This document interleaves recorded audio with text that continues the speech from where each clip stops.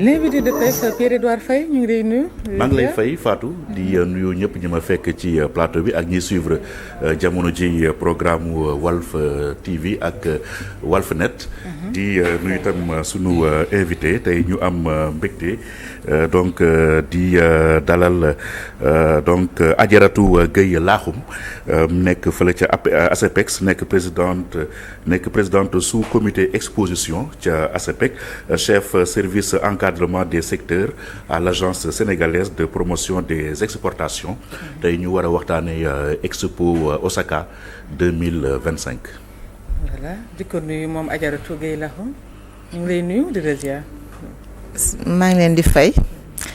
di nuyu ñi ma bokkal plateau bi di nuyu téléspectateur ak téléspectatrice bu Walf TV di nuyu tamit ñi ñuy seetaan ci réseaux sociaux yi. ngeen may ma tam ma nuyu gërëm sama directeur général monsieur Modou Mbène Gueye merci. voilà waxtaan bi nag tey li ko waral mooy exposition Osaka 2025 Osaka nekk fële ca Japon exposition bi nag war a nekk du 13 avril au 13 octobre muy 6 mois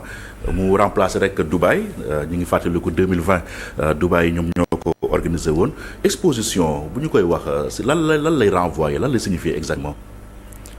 waaw jërëjëf Pierre-Edouard exposition mooy daje boo xamante ne àdduna yëpp ñoo ko séq ndax boo xoolee tey bari na ay rencontre yoo xamante ne dañ koy organiser tey boo demee ci domaine football bi da ngay gis li ñuy wax coupe du monde de football boo demee tey ci jeux athlètes yi da ngay gis ñu am seen jeux olympiques di ko organiser aussi régulièrement exposition tamit mooy première rencontre économique bi nga xamante ne moo am dayo boobu bi ñu koy organiser toutes les 5 années boo xoolee ne ni am na différents types d'exposition yoo xamante ne ñoom ñoo am ci àdduna mais exposition mooy li nga xamante ne moom rek ngay gis lu mel ni tey Japon ñu ne Osaka lu 160 pays dinañ fa daje 158 ak Sénégal mi fa nar a bokk ak Japon mi koy organiser xam nga dayoo boobu moom amul ci beneen rencontre économique boo xoolee exposition yi aussi yu bari 4 types d'exposition la am na li ñuy wax comme exposition universelle bi ñu jëm nii yaa ngi koy rappeler bi ñu Dubaï moo organisé woon en 2020 Japon mooy organisé en 2025 principalement dans la ville d'Osaka am na exposition aussi spécialisée internationale nga xamante ne moom diggante ñaari exposition universelle lay am mu am exposition horticole moom tamit noonu lay demee maanaam dafay nekk ci diggante dañ koy organiser tous les 3 ans mais moom durée bi entre 3 et 6 mois la boo xoolee exposition spécialisée yi internationale boobu durée bi 3 mois la ak li ñuy wax triennale de Milano nga xamante ne mi ngi regrouper acteurs yi nga xam ñoo nekk dans le secteur de l'industrie les acteurs du secteur de l'industrie mais surtout du design donc façon ngi xeeti exposition yooyu moo am benn bu ci nekk nag ak mais bi ci gën a mag mooy exposition universelle bi nga xamante ne fa lañ jëm nii muy démarrer le 13 avril incha allah. léegi fan la préparatifs yi toll pour délégation Sénégal yi. waaw boo xoolee ren Sénégal dafa jël option bu bees par rapport ak donc référentiel économique bi li nga xamante ne moom la ñu nama def ci Sénégal dafa daan nekk ci li ñuy tudde les pays assistés nga xam dana am pavillon 150 mètres carrés mu bokk ak ñeneen bi yoon nguur gi na Sénégal dafa bëgg a génn ci secteur comment dirais-je groupe les pays moins avancés mu ne tey damay jëlal sama bopp sama pavillon ñu jóge ci pavillon de type C jëm ci pavillon de type B pavillon de type B la ñu opté bi yoon maanaam ñun ñoo jëndal suñu bopp pavillon bi espace bi ñun ñoo ko construire suñu bopp pour wane ne ñun léegi dañu bëgg a demal suñu bopp bëggatuñu di nekk ci bokk looy ak xat-xat looy yi pour wane dayo bi nga xamante ne moom foofu lañu bëgg a teg Sénégal boo xoolee donc construction bi sori na léegi mu pare incha allah boo xoolee tam teg nañ li ñuy wax comité de pilotage dirigé par le commissaire général le ministre Serigne Gueye Diop teg nañ aussi comité d'organisation dirigé par le directeur général de l'ASEPEX monsieur Modou Mbène Gueye comité yooyu boo xoolee tey jii li wàll ci sélection exposants yi pare nañ ko ñi ngi jublu ci sélection li ñuy wax visiteurs professionnels yi fi mu nekk nii suba incha allah ca Radisson ex Radisson maa ngi ciy invité ñëpp d'ailleurs la ñu war a def cérémonie de lancement officiel bi pour wax jéego yi nga xamante ne teg nañ ko fii ak boobu incha allah. waaw ñu ngi fàttaliku le ministre de l'industrie et du commerce Serigne Gueye Diop ba mu demee ci FIDAK bi passé xam le ne ni bëgg na lu toll ci 100 PME sénégalaises participer ci exposition boobu choix PME yooyu naka lay demee. waaw choix PME yi pour bëgg comme ni ko suñu directeur général santaane dafa ne nañ def lu transparent nga xamante ne da lay leer ne tey ki nekk Fongolemi di PME ak ki nekk Dakar ñoom ñooy yem chance dañoo ubbi woon déjà ouverture inscription physique bi maanaam ñi nga xamante ne jotewuñ ci plateforme bi xëy na fi ñu nekk mënuñu accès ci internet bi ñu déposer seeni demande directement ci agence bi muy ASEPEX ñu dem ba benn jamono DG na nañ ubbi plateforme pour mu gën a yaatu plateforme boo xoolee tey jii lu ëpp 700 personnes inscrire nañ ci région Sénégal yëpp 14 régions yi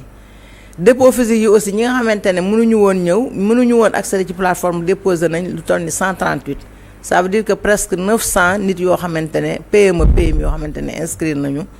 pour mën a participer ci OSACA bi mais xam nga bu ñu nee 900 ci 100 yi ñu war a jël 900 yu tege ci 100 yi ñu war a jël day xaw a compliqué moo dañoo tegoon ay critères yi mën naa ci lim yenn bi ci njëkk mooy na entreprise d'abord formelle parce que loolu mooy identité entreprise bi. entreprise am kayit ñu reconnaître ko.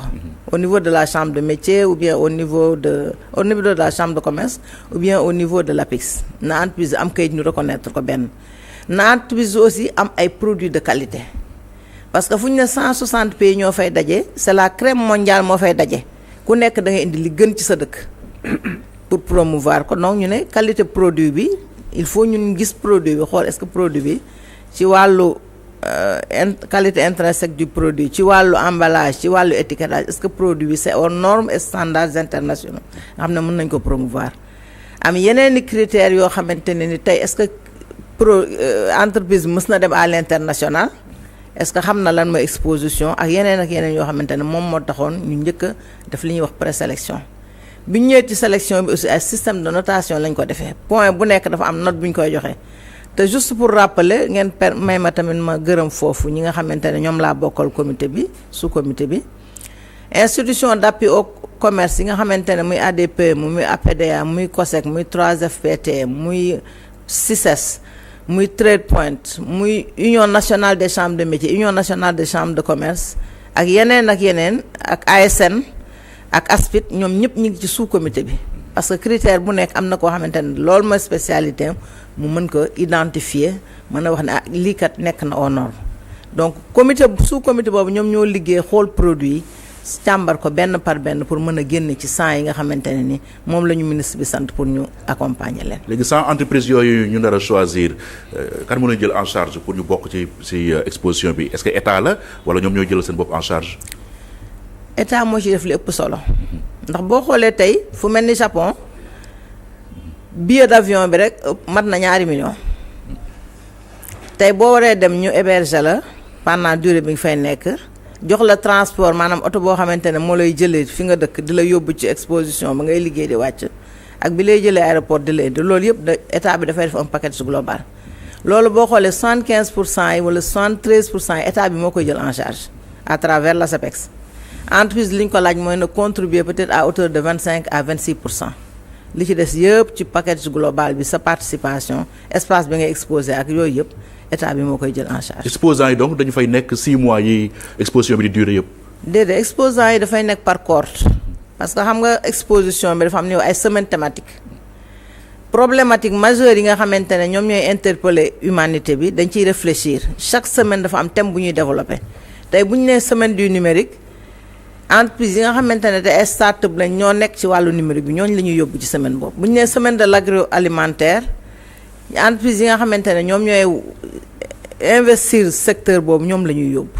noonu lay demee donc par cohorte lay doon en fonction des semaines thématiques noonu lañ leen di yóbbu. waaw ñu ngi fàttaliku exposition bu Dubaï bi en 2020 ak coow li mu juróon fii ci réew mi ndaxte ay influenceurs la ñu fa yóbbu woon ak ñoo xam ne ay militants parti la ñu woon yéen lan ngeen fas yéene def pour rompre avec loolu bamboula bi nga xam ne moom la ñu fa doon nemmeeku bu ñu nemmeeku woon Dubaï lan ngeen fas yéene def ba mu du am si Osaka bi 2025. incha allah njort naa ne bii du yoon du am lu tax du am mooy kilifa gi nga xamante ne moo jiite comité de pilotage muy docteur Serigne Gueye Diop. ak ki nga xamante ne moo jiite comité d'organisation muy suñu directeur général monsieur Modou Mbène Gueye wax nañ ñu lu leer ñan la ñuy tànn parce que bu ñu fàtte ne exposition dafa am enjeu surtout des enjeux d'ordre économique te enjeux yooyu du par exemple mënuñu tere xëy na ki nga xamante ne bëgg na demal boppam mu demal boppam parce que ñun ñëpp ay Sénégalais lañ mais ñi nga xamante ne ni état bi ñoom lay accompagner di leen yóbbu foofu mooy ñi nga xamante ne leer nañ ne suba bu ñu demee mën nañ fa am ay partenariats mën nañ lever des fonds donc les IDE pour ñëw réinvestir renforcer seen activité développer ko pour mën a développer économie mais surtout pour mën a créer emploi donc ren moom incha allah defe naa focus bi ci loolu lañ ko def. Mademba. waaw Adja na nga def ñu ngi delloo ziar dama gis fii seen volonté d'aller vers la souveraineté. Souveraineté man jàpp naa ne du mënal sa bopp du moom sa bopp mais mënal sa bopp la te dernière statistique yu ANSD dafa wane ne. ANSD dafa wane ne nos exportations chutent et nos importations grimpent et yow nan ngay concilier désir de souveraineté bi ak une balance commerciale déficitaire depuis plusieurs décennies. jërëjëf donc loolu moom xëy na tàmbali la mais yaakaar naa ne ci dynamique bi ñuy demee fii ak ay année dinañ ko corriger bu baax parce que bañ def naa ne dañoo am un nouveau référentiel économique muy Sénégal 2050 référentiel boobu dafa ne léegi dootuñu exporter suñu produit brut xam nga gerte bi dañ daan bàyyi rek ku ñëw jënd après yóbbu dem transformer ko indiwaatal ñu ko bi yoon dañoo interdit defe naa exportation bi dégg ngeen ko fépp c'est normal que au début exportation yi dina chuter parce que matière première yi nga xamante ne moom lañ daan exporter nga xamante ne daaw ñu indil lu bari qui explique donc le déficit structurel de la balance commerciale depuis les indépendances loolu la ñuy corriger comme on le dit nag qui veut faire des omelettes il faut casser des œufs donc du yomb ci début bi mais defe naa ne ci dynamique bi nga xamante ne nouvelle autorité foofu la ñuy wax ñu teg fa suñu tànk buñ ko continuer fii ak ay année dinañ gis résultat yi loolu moo tax fi mu nekk ni tey boo xoolee ñun or bi liñ ci am biñ ko dalee di exporter ba tey lan la indi Sénégal boo xoolee tey li ñu am ci matière première yëpp prise dans leur globalité biñ ko dalee exporter ba tey lan la indi Sénégal bariwul parce que day nekk ay matière première yoo xam dañ koy exporter ñooñu dem transformer ko ñooy jaayaat ñu ko lu cher ce qui fait que balance commerciale bi comme ni ma ko da doon déficitaire tout le temps pour corriger cela nag am na yenn actes yu ñu posé gum mais xëy na résultat yi du visible sur le champ mais d'ici quelques années incha allah dinañ gis vraiment l'enjeu bi nga xamante ne moo taxoon ñu opté pour nouvelles autorités opté pour cette voie là. waaw dañuy dégg exposition d'un côté dégg foire de l'autre lan moo différencier ñaari notion yooyu. xam nga enjeu yi bokkul objectif yi bokkul cible yi aussi bokkul tey bu ma nee foire ma jël par exemple 50 entreprises sénégalaises ñu accompagner leen. ñoom dañuy dem pour jaay seen produit pour daje ak ay acheteurs peut-être ñi nga xamante ne ce qu'on appelle les gros acheteurs pour ñoom ñu am ay contrat mën a accéder ci marché boobu renforcer seen visibilité ci marché boobu bu dee exposition bokkul exposition en général li fay daje ci réew moo ëpp fuuf li daje ci foire ça c'est d'un enjeu c'est pour surtout des enjeux économiques parce que li ñuy chercher mooy renforcement des partenariats li ñuy chercher mooy le développement économique des peuples des pays li ñuy chercher mooy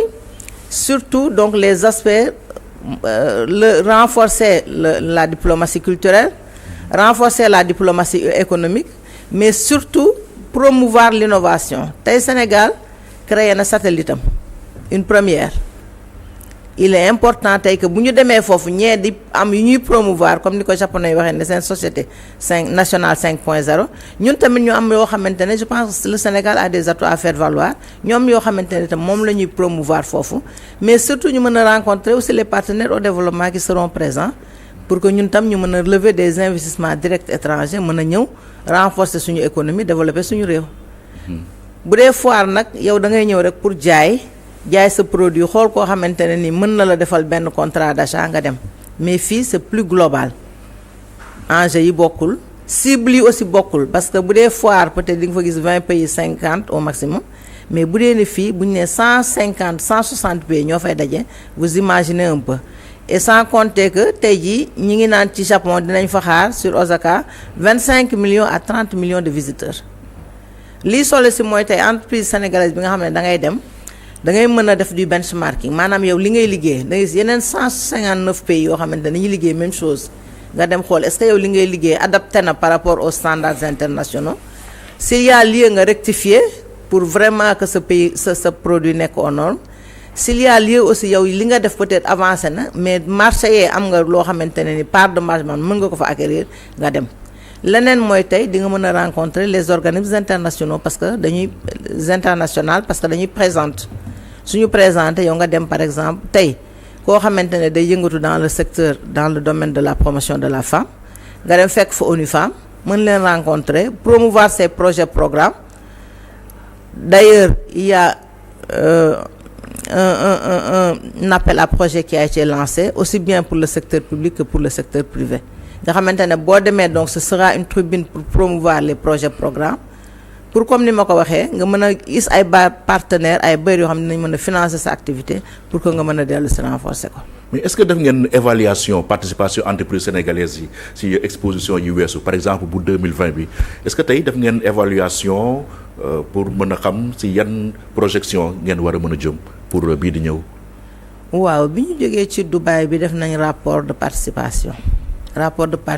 bi ànd na ak ay résultats yi ñu ci am. tey jii bu ma ne l'actuel ministre Serigne Gueye Diop moom bi mu ñëwee Dubaï 4 jours la fa def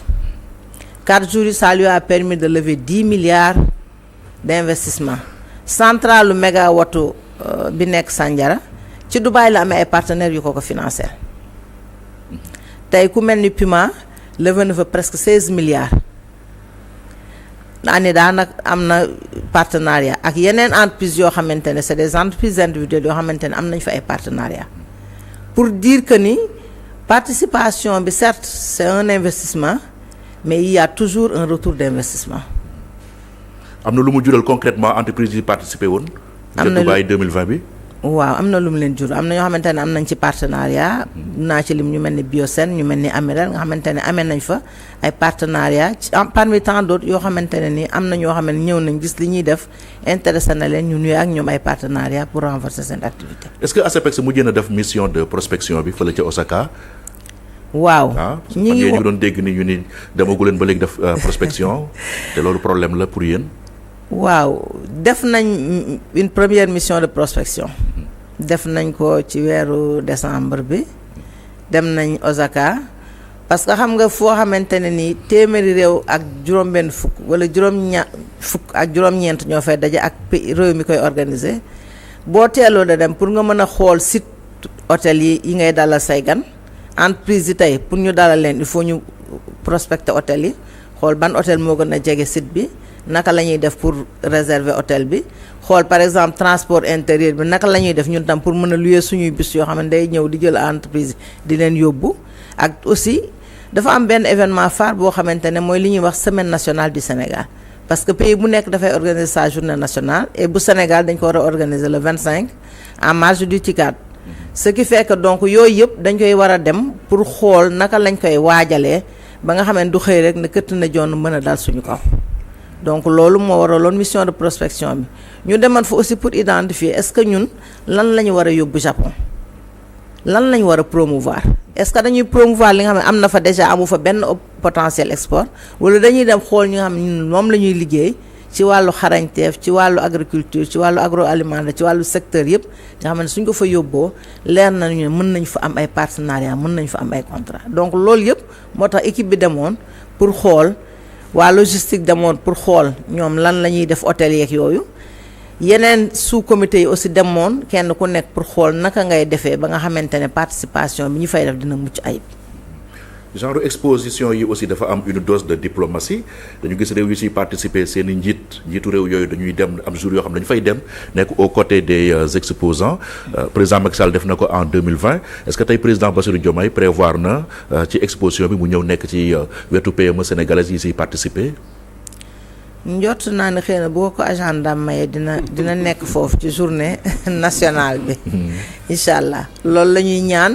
loolu la ñuy sabalu parce que comme ni nga ko waxee pays yëpp bu ñuy célébrer seen journée nationale seen président daf fay nekk et njort naa ne monsieur le président comprendre na enjeu yi te incha allah dina fa nekk ci période boobu d'autant plus que suñu journée nationale dañ ko calé ci TICAD bi su ñëwee ci TICAD bi donc def fa TICAD ba pare donc dafay toogaat une journée le lendemain mooy suñu journée nationale donc pour que moom mu mën a assister ci journée bi parce que journée boobu dafa am solo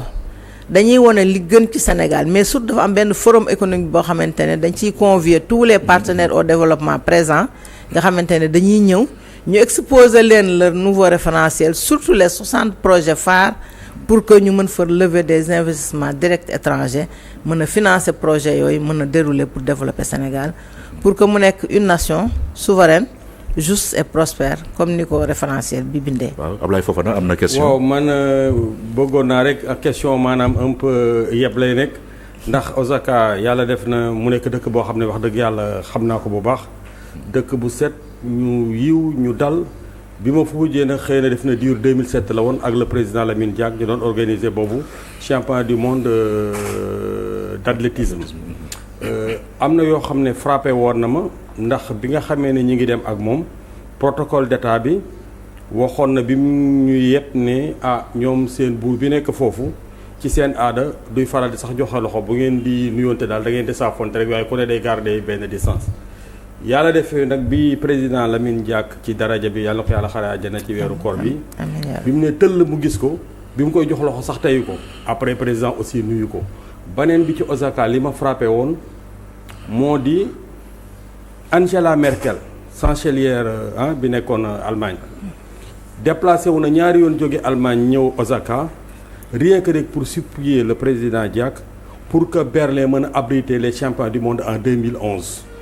donc bi mu ñëwee dikkat africains yi nekkoon foofu parce que IDSAF xam nga 214 pays la woon waaye confédération africaine d'athlétisme yëpp ay africains lañ derrière le président Diack ñëpp dañoon am fierté que tubaab boobu ñëw dikkati rien que rek pour supplier le président Diack pour ñu def championnat du monde 2011 à Berlin léegi nag foofu ngeen dem sommet bi am na dimension économique et commerciale waaye bu leen fàtte waale aussi le volet culturel et le volet sportif ndax xam nga en 2002 Sénégal coupe du monde bi mu def Corée ak Japon ba léegi jàlloore ba ma nga fa des dimension culturelle bi bu ngeen di dem lu mel ne manufacture des arts décoratifs bon du question nag la ma dëkk Thiès moo tax ma koy wax waaye ca jamono Senghor ba léegi gis nga œuvre d'art ya fa nekk baax na su ngeen seetee yi ca gën a rafet yi ca gën a xarañ ngeen boole waale ko yóbbaale ko dina nekk ay produits attractifs yoo xam ne bu ko japonais yi gisee dinañ leen gën a fonkaat ndax xam nga comme doole ji du leen mën a may ak budget bi pour ngeen war a mën a gàddu suñu artistes yi ne li ngeen di yóbbu tey ñu def ay prestations comme ni ko Senghor daan defee jamono boobu mais au moins see ngeen di yóbbu œuvre yi nga xam ne tey manufacture des arts décoratifs donc loolu aussi da ciy boole baneen bi nag ca Léopold Senghor premier président de la République bu Sénégal ba léegi japonais yi xam nga ñu respecté Sénégal ponctualité dafa am loo xam ne dama koy wax xam naa ne sama benn kilifa di mag ci man di nijaay ci man di papa ci man nekkoon Semga mooy général Seck number 1 xam nga boo diggee ci armée bi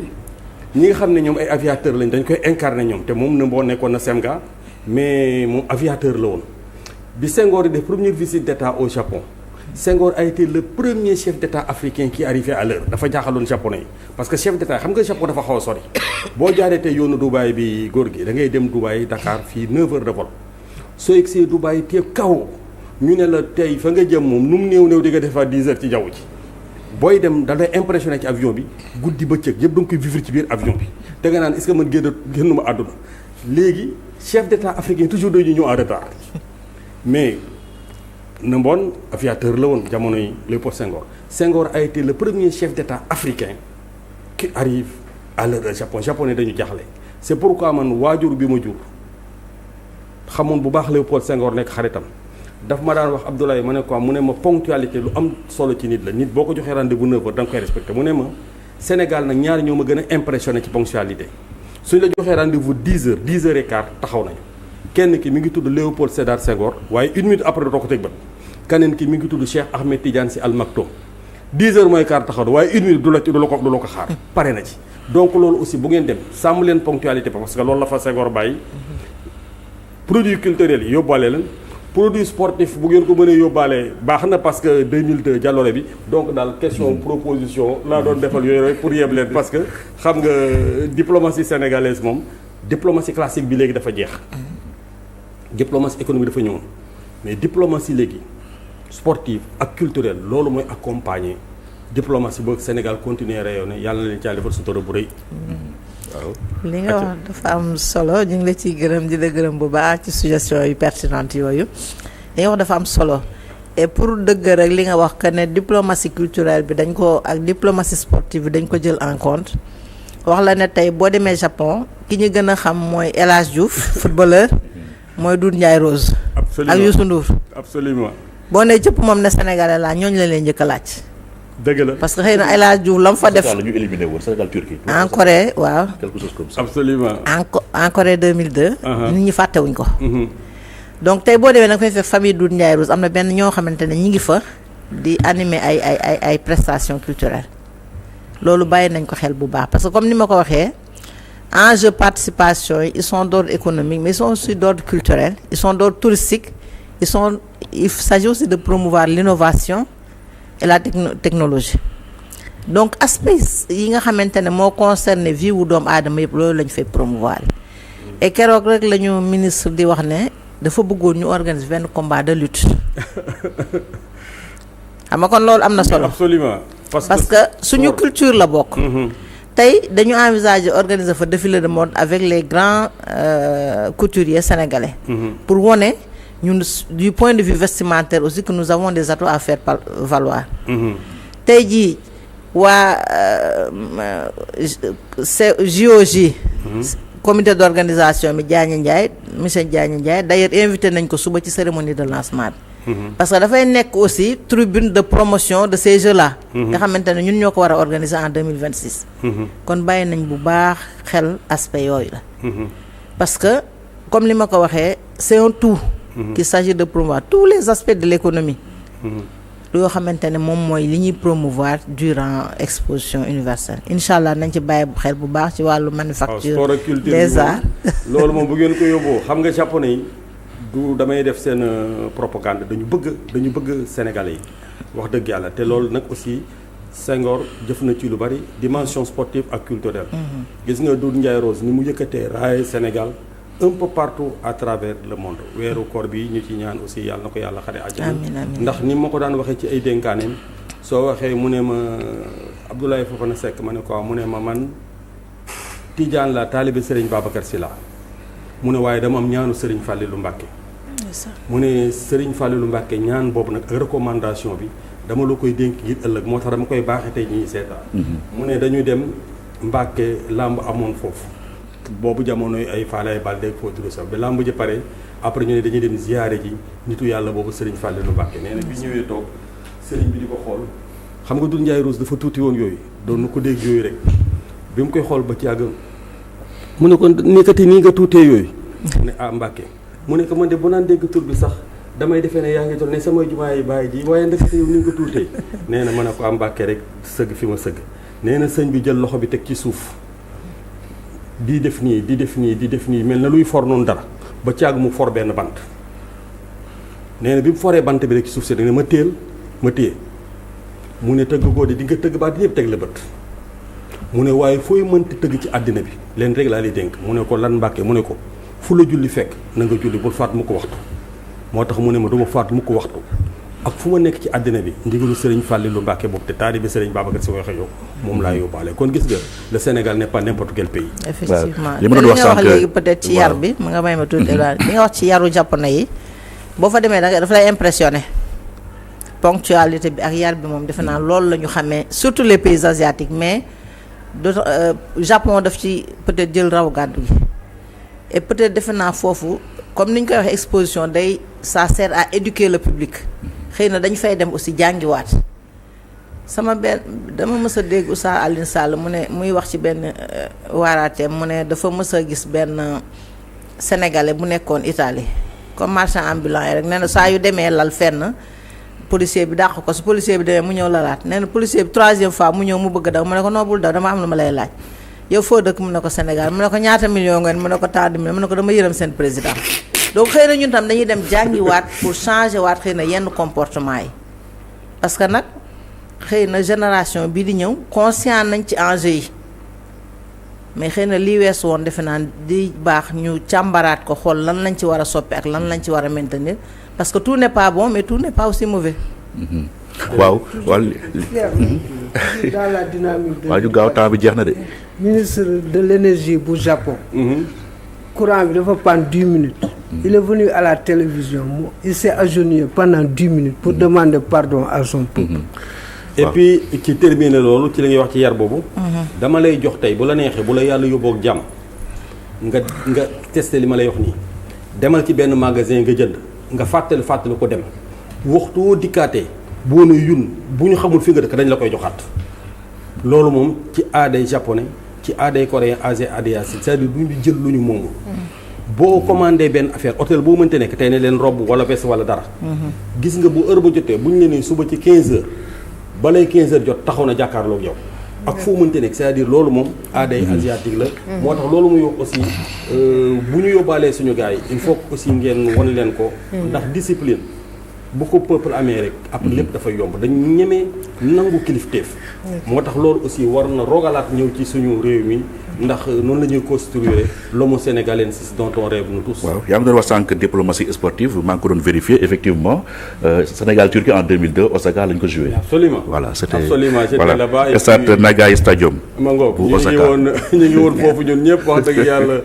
dañu fiyeroon bu ñuy génn yooyu diggante Corée ak Japon coupe du monde 2002. boo génnee nii mais wax dëgg yàlla. ñii naan am chamida ñii naan façon lu xoolal dañu Sénégalais nekk ay buur ci planète football. waaw peut-être ci loolu tamit xëy na nga may ma tuuti rek ne directeur général mi ngi xool sax par exemple ñu mel ni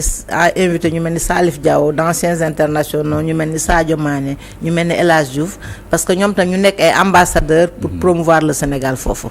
code culturel yi nag day am ci réew moo dem. nan ngay nuyoo nan ngay defee en plus yi ñuy accompagner dañ bala ñoo dem dañ def séminaire de formation.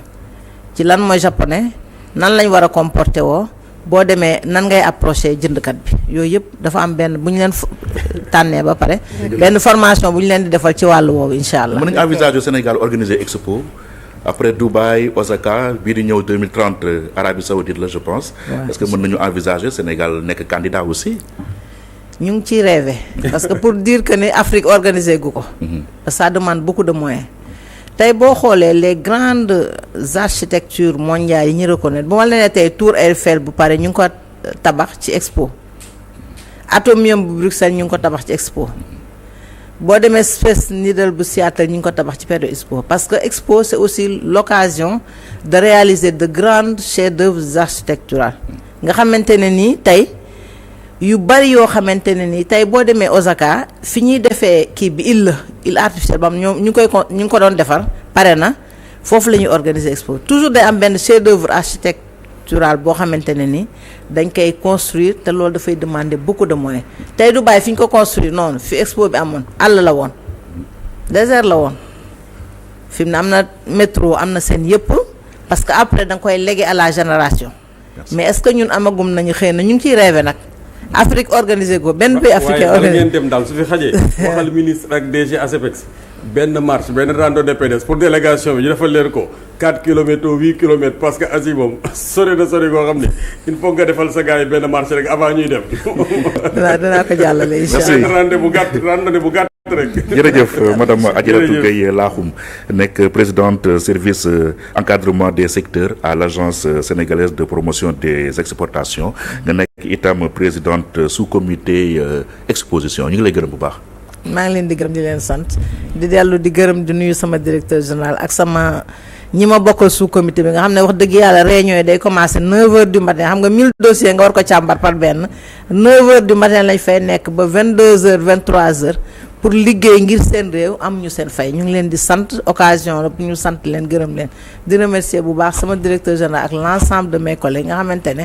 amatuñu samedi amatuñu dimanche newatuñu guddi newatuñu bëccëg ngir yëkkati raaya Sénégal mu gën a kawe ci concert des nations boobu ñu ngi leen di gërëm di leen sant. voilà merci beaucoup merci beaucoup Adjaratou Gueye Lahoum merci également Pierre-Edouard Faye noonu la ñuy ñëwee ci chronique du jour ak Abdoulaye Fofana Seck.